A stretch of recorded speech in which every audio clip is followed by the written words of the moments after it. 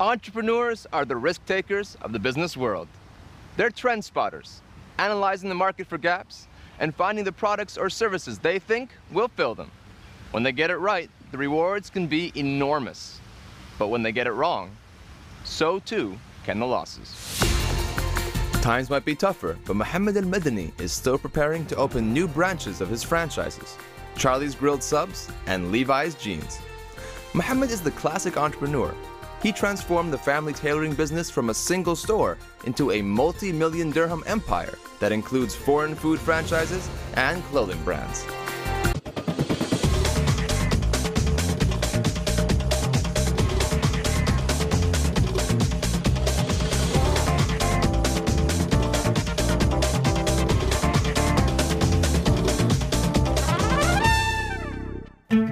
Today, the Al-Madani Group represents brands like Levi's, Naf and Hang Ten, and makes 60% of the city's kandoras. That's why we call Mohammed Al-Madani the man who dresses Dubai. My father started it more than 60 years ago with a simple tailoring shop at the Ras area, and then he grew up with the growth of Dubai in the early 60s when, Dubai's land started to have value and the real estate started growing. And later on, after I graduated from the States, I came back, I expanded the family business into retail, food and beverage, and that's where you see now Al-Madani Group grown from simple tailoring shop to as much as plus 100 stores all over the GCC countries. And how many people do you employ in those 100 stores? 450 people. The story of the entrepreneur is also the story of Dubai. This city has had a long history as a trading center, and the souks along the creek have always been stocked with goods from all over the world. Muna Al-Gurg comes from one of Dubai's most prominent trading families, who now employ over 4,000 people. The very first Al-Gurg shop was actually started in 1960, just across the creek. And we sold Grundig radios, Grundig being a very good German brand. And when did that first jump come, being a small shop owner to really becoming a big businessman? I think there was a natural progression. As Dubai grew and as it prospered, the group started to look into nascent industries at the time, such as steel, paint, Dubai electricity, and then the formation of Dubai Airport. With the presence of oil, people started to look into, business partners. And what qualities do you think your father had that made him a good entrepreneur? My father always grabbed the opportunity when there was one. So he'd identify an opportunity, work on the business model, work ethically, build a long-term relationship with his partners, and take that forward. Do you think he has any kind of special drive that really pushes him forward, that keeps him going at it, keeps him working even to this day? I believe that the creator of every business is very passionate about what he's created. He has a vision in his mind, and this is what he had. Many of the big families who helped build Dubai owned shops along Naif Road in Deira. At the time, it was the city's main shopping street. It was also where National Tailors, Mohammed's father's store, was located. Mohammed's father, Abdurrahman Al-Madani, is 81 years old and he still comes to work every day.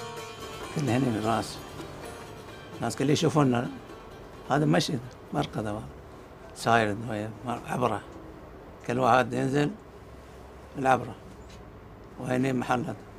شو كان مميز عن الخياط الوطني؟ أحسن خياط أنا خياط خياط إنسانية مو خياط خياط عدل. As Mohammed grew up, he knew his father wanted him to be a professional, a doctor maybe, or an engineer. ليش ما بغيت ولدك يستوي خياط مثلك؟ لا خياط مو بشغل خياط. لكن أنت ما شاء الله خياط، كيف مو بشغل؟ إحنا تعبنا ما درسنا. عند درسنا يوم يجلسن عند الماكينة على الماكينة يقول لي نش لا ما بك تستوي خياط، لأنه يقول إحنا ما درسنا استوينا خياط، لأن هذه الأيام يا تصير الغوص يا تصير سمد أو تشتغل تعلم لك حرفة يعني يا نجار يا مثلا يا خياط. فهو طبعا عمه كان خياط فعلم الخياطة.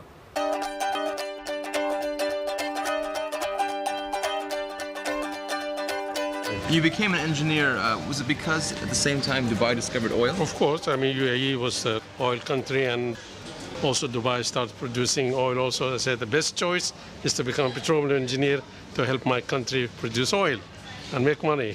Well, it seems like it was a good choice. Yes, it was the right one. I think I was very glad that I chose to be a petroleum engineer. Mohammed's decision to become an engineer allowed him to move from the family home in Naif. It's since been demolished, but he took me to where it used to stand. Our house was like built from palm tree, hut, and very primitive, and this is where I was born. Is there any place you used to play around here? Hide and seek everywhere here, the galleys, and we used to run after each other and scream, and it was so quiet because you could scream anyone's in any galley here, not like now. And do you think you could have been as successful as you are anywhere else in the world? I don't think so, because Dubai, I grew up with the growth of Dubai. It's in the early 60s when Dubai and oil was discovered, and the country starts progressing and becomes a commercial hub.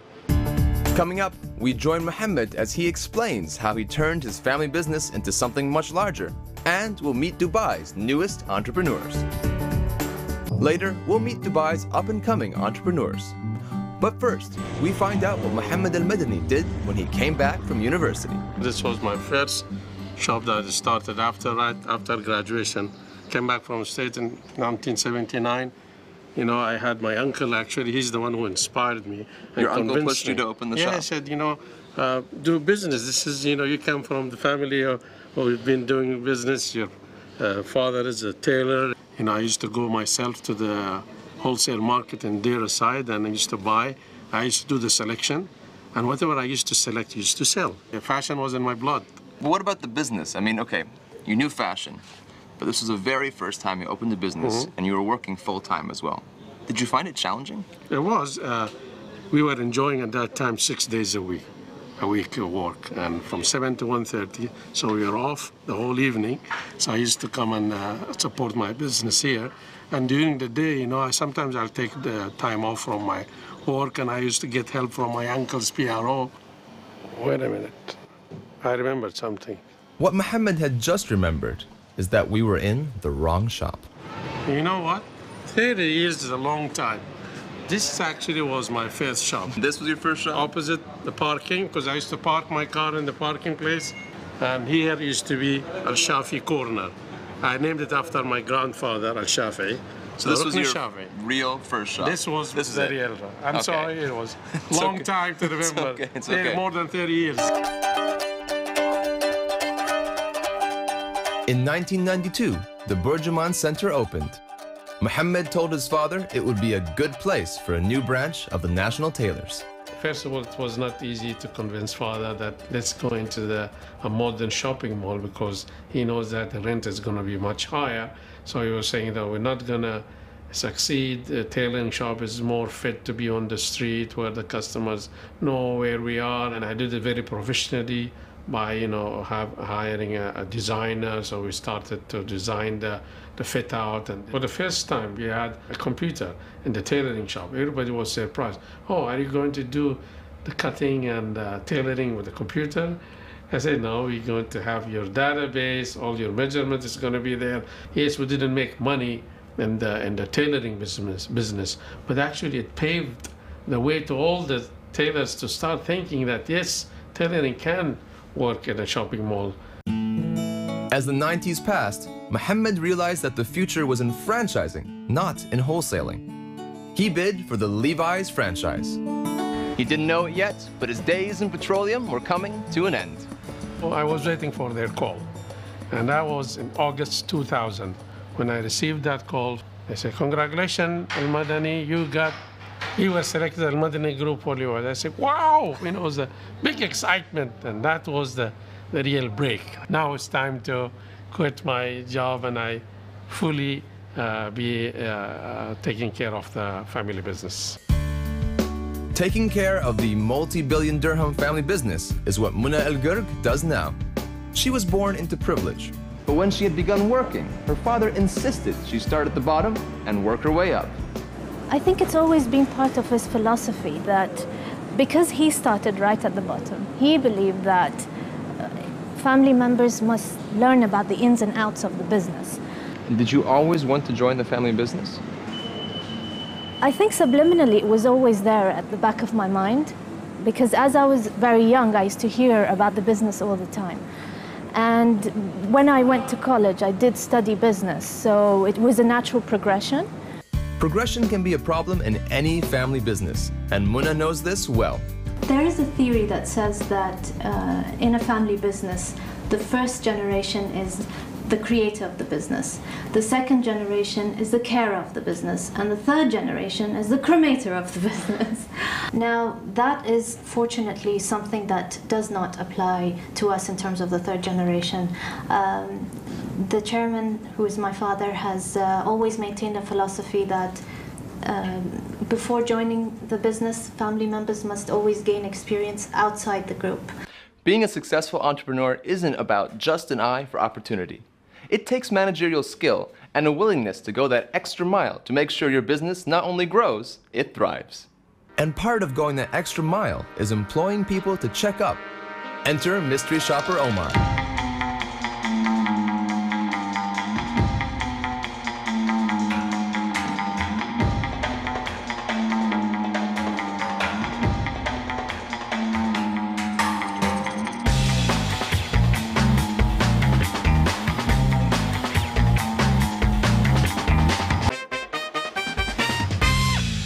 Well, for my first time as a mystery shopper, I think I was pretty obnoxious, but they did very, very well. I'll have to give Mohammed a good review. Running a business is also about finding out what's working and what's not. So these are the plan that we do by learning from our experience. They say past shapes future. So we look at those mistakes and we're trying to learn from it and avoid all those mistakes and start do things innovative. Can you give me an example? I remember something very clearly from Hangten. Actually, in Hangten, a couple of years ago, because we had the master franchisee for Hangten, we have the right to manufacture. So what we did, we went and took some of these jeans and we wanted to outsource it ourselves so it becomes cheaper. So we went and we tried in different manufacturers outside, it was in Bangladesh actually, but it was a complete failure because you have to actually study it very well. You have to have a designer team, you have a research team. After washing, it shrunk and people could not wear it. So we decided that, okay, we leave this to the specialists. So being an entrepreneur means discovering what you're good at. The Emirates Academy of Hospitality Management, run by the Jumeirah Group, works to teach its students this entrepreneurial skill. We have to come up with a restaurant concept and develop it from scratch. So we come up with the idea of what kind of restaurant we'll have, what kind of cuisine we'll serve. We have to market the project and find sponsors to help us create our concept. Okay, so how can I become an entrepreneur? Well, you can become an entrepreneur by helping us out in the restaurant today. So we're going to get you changed. And okay. Then you're going to be... Why do I need to change? Because you're going to be a waiter. Wonderful. Could I do this reversed, or that would am I allowed to spear the... That's cheating. Here we have the kitchen. Okay.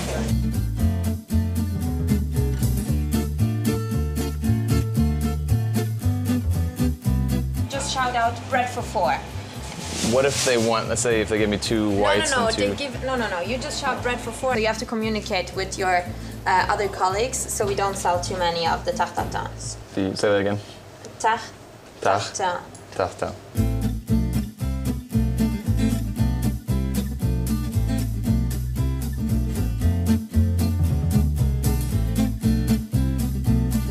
And if you're really working in a restaurant, your hair would be too long and you'd need to shave.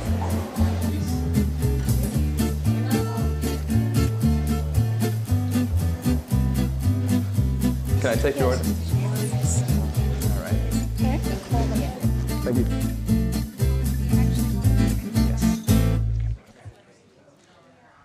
Sorry, excuse me.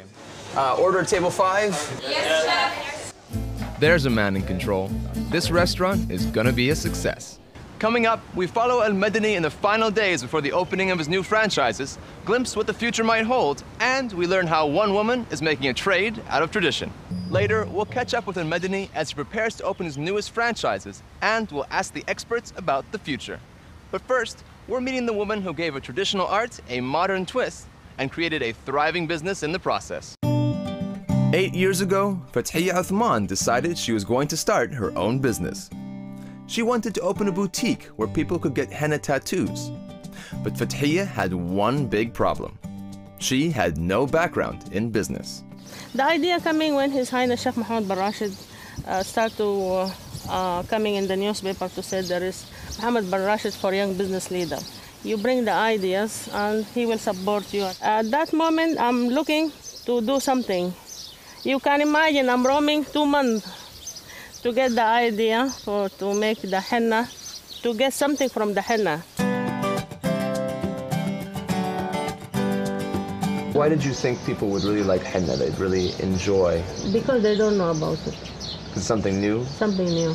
It's something old, but it's new. With my idea, it's new. So how are you able to open that very first shop? Actually, it's not easy to tell this idea to every hotel.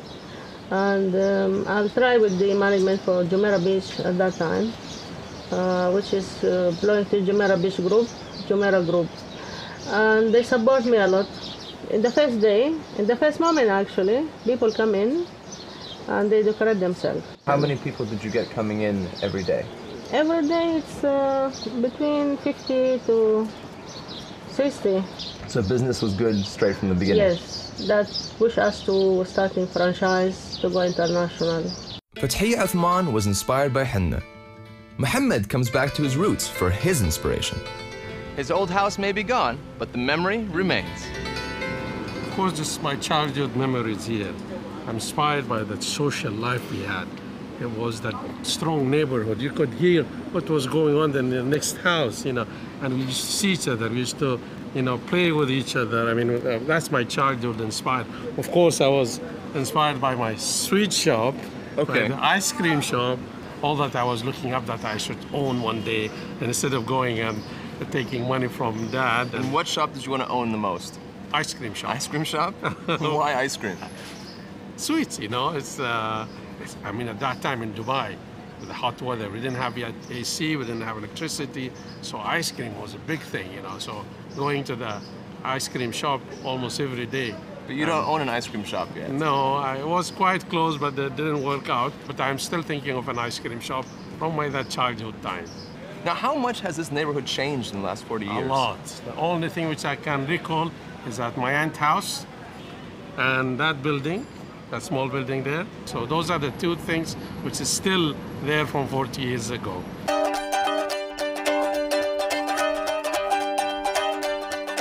So this is where you used to play? Exactly. There's all sands here, and we used to play marble with our neighbors. And so it was just sand over there, no buildings? No, sand track here. There was no buildings, of course.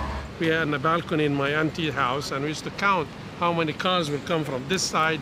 I would say, okay, the cars coming this side is mine, the cars coming that side is yours. And how many would come in one day? It was a sand track here, of course. Only Jeeps and Land Rover used to drive here. Handful. Do you miss the way it used to be? Very much. That social life, that childhood, of course, is something you can never forget.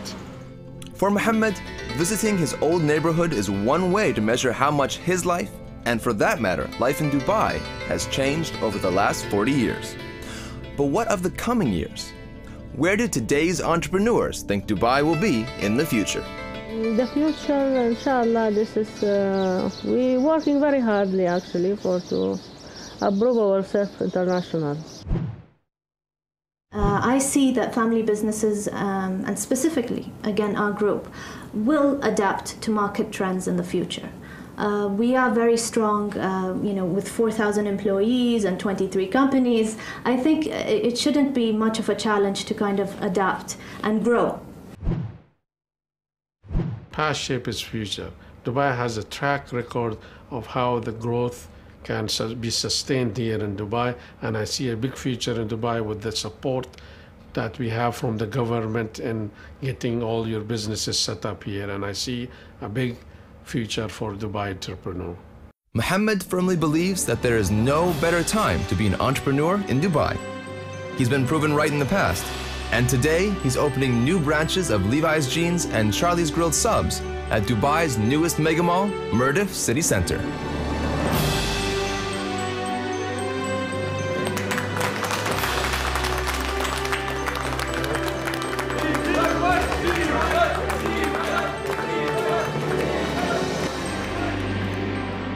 Assalamu alaikum wa rahmatullah. Ladies and gentlemen, we'd like to welcome you here in our another occasion. It's 15th branch of Levi's store in Mirdif City Center. As you have all seen, from the time we have grown, our Madani group established by our father, Sheikh Abdurrahman Shafi al-Madani. Without him, we won't be here.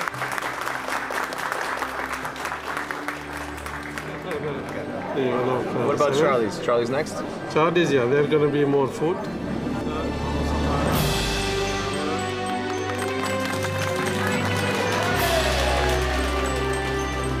So, ladies and gentlemen, we welcome you here. Assalamu alaikum wa rahmatullah. In our 8th Charlie's branch restaurant in UAE and 3 in Saudi Arabia. Mayonnaise? You want mayonnaise, Muhammad? Low fat. Yeah.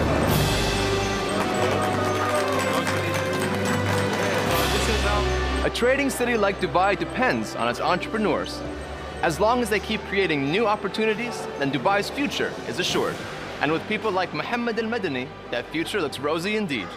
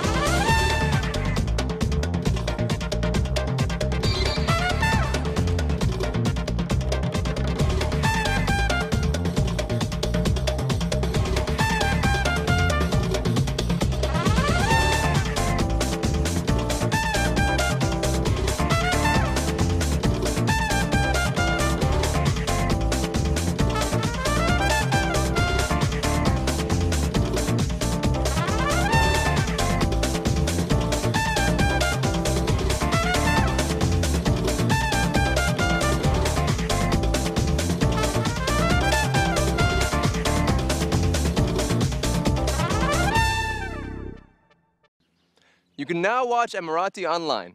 Just log on to dubai1.ae.